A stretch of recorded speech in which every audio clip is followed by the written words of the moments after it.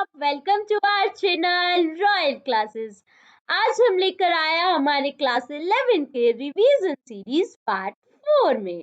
तो देखते हैं आज की क्वेश्चन हमारे क्या होने वाले हैं। वीडियो को लास्ट तक देखना है और चैनल को लाइक शेयर एंड सब्सक्राइब करना बिल्कुल भी नहीं भूलना है। क्वेश्चन नंबर 1 आया हमारे पास, work done against friction is. Friction के अगेंस्ट जो वर्क डन होता है उस प्रोसेस को क्या बोला जाता है? Reversible process, irreversible process, adiabatic process, या फिर इनमें से कुछ भी नहीं बोला जाता है। तो अपने आंसर फटाफट से कमेंट बॉक्स में लिखिए। The right answer is B, that is irreversible process. जो फ्रिक्शन के अगेंस्ट काम, फ्रिक्शन क्योंकि क्या है, अगेंस्ट में काम होना, तो वर्क डन भी क्या हो जाएगा, इरिवर्सिबल प्रोसेस हो जाएगी। क्वेश्चन नंबर 2 आया हमारे पास, in a cyclic process the amount of heat given to a system is equals to. Cyclic process के अंदर जो अमाउंट ऑफ हीट है, अगर वो किसी सिस्टम को दी जाती है तो वो किसके इक्वल होगी? Net work done by the system के, net increase in internal energy, net decrease in internal energy, या नेट चेंज इन वॉल्यूम। तो इसमें से किसके इक्वल होती है हमारे पास heat given to a system? अगर एक सिस्टम को हीट दी जाती है तो वो किसके इक्वल होती है? The right answer is net work done by the system. कितना वर्क डन किया जा रहा है सिस्टम से उसके डायरेक्टली प्रोपोर्शन होता है एक साइक्लिक प्रोसेस में कितना काम हुआ है। क्वेश्चन आया हमारे पास, heat can not be fully converted into work. Heat पूरी की पूरी कभी भी वर्क में नहीं कन्वर्ट हो सकती है, ये किसने बताया था? कैल्विन या प्लैंक ने, क्लेशियस ने, जूल या थॉमसन ने, या फिर आइंस्टाइन ने? तो आपको चेक करना है ये चीज जो कही थी कि हीट कभी भी कंप्लीटली वर्क डन में टोटली चेंज नहीं हो सकती, वो किसने बोला था? Answer is Kelvin and Planck. Kelvin and Planck ने ये चीज बताई थी कि हीट कभी भी टोटली वर्क डन में कन्वर्ट नहीं हो सकता है। क्वेश्चन नंबर 4 आया हमारे पास, the internal energy of real gas depends on. जो रियल गैस की इंटरनल एनर्जी होती है वो किस चीज पे डिपेंड करती है? टेम्परेचर पर, प्रेशर पर, वॉल्यूम पर, या टेम्परेचर और वॉल्यूम दोनों पर? तो आपने चेक करना है और बताना है इंटरनल एनर्जी किस चीज पे डिपेंड करती है।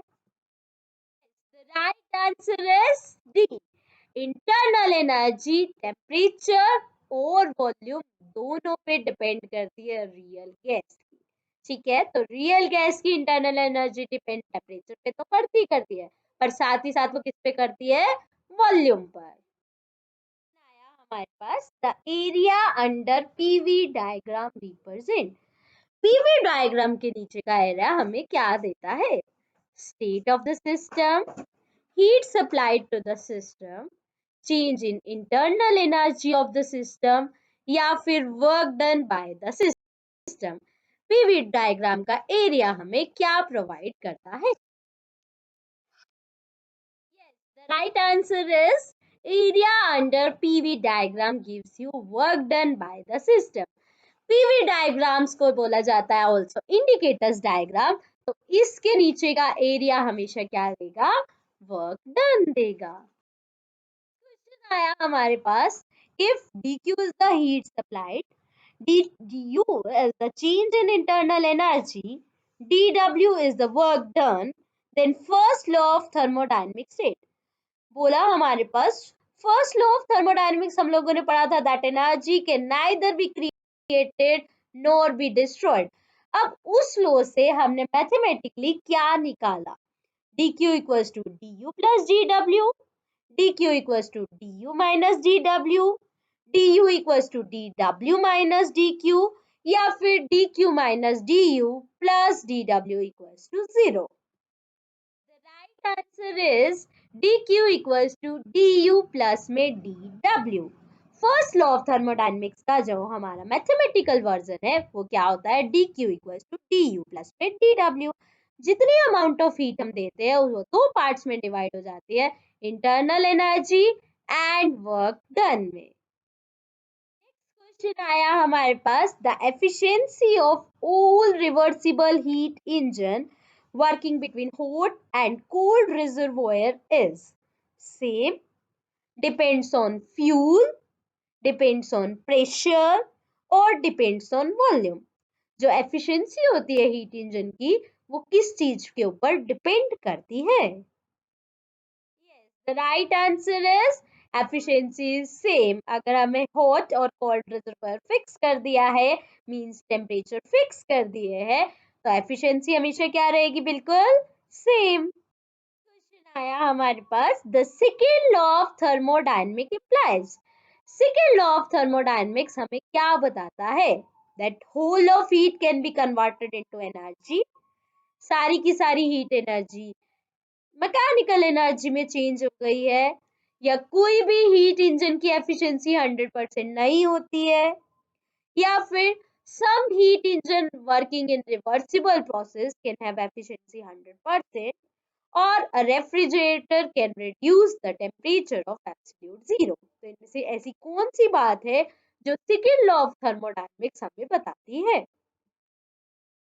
The right answer is no heat engine. किसी भी हीट इंजन की एफिशिएंसी कभी भी 100% नहीं हो सकती है। एफिशिएंसी कभी भी हीट इंजन की 100% नहीं हो सकती, ये हमें किसने बताया, सेकेंड लॉ ऑफ थर्मोडायनेमिक्स ने।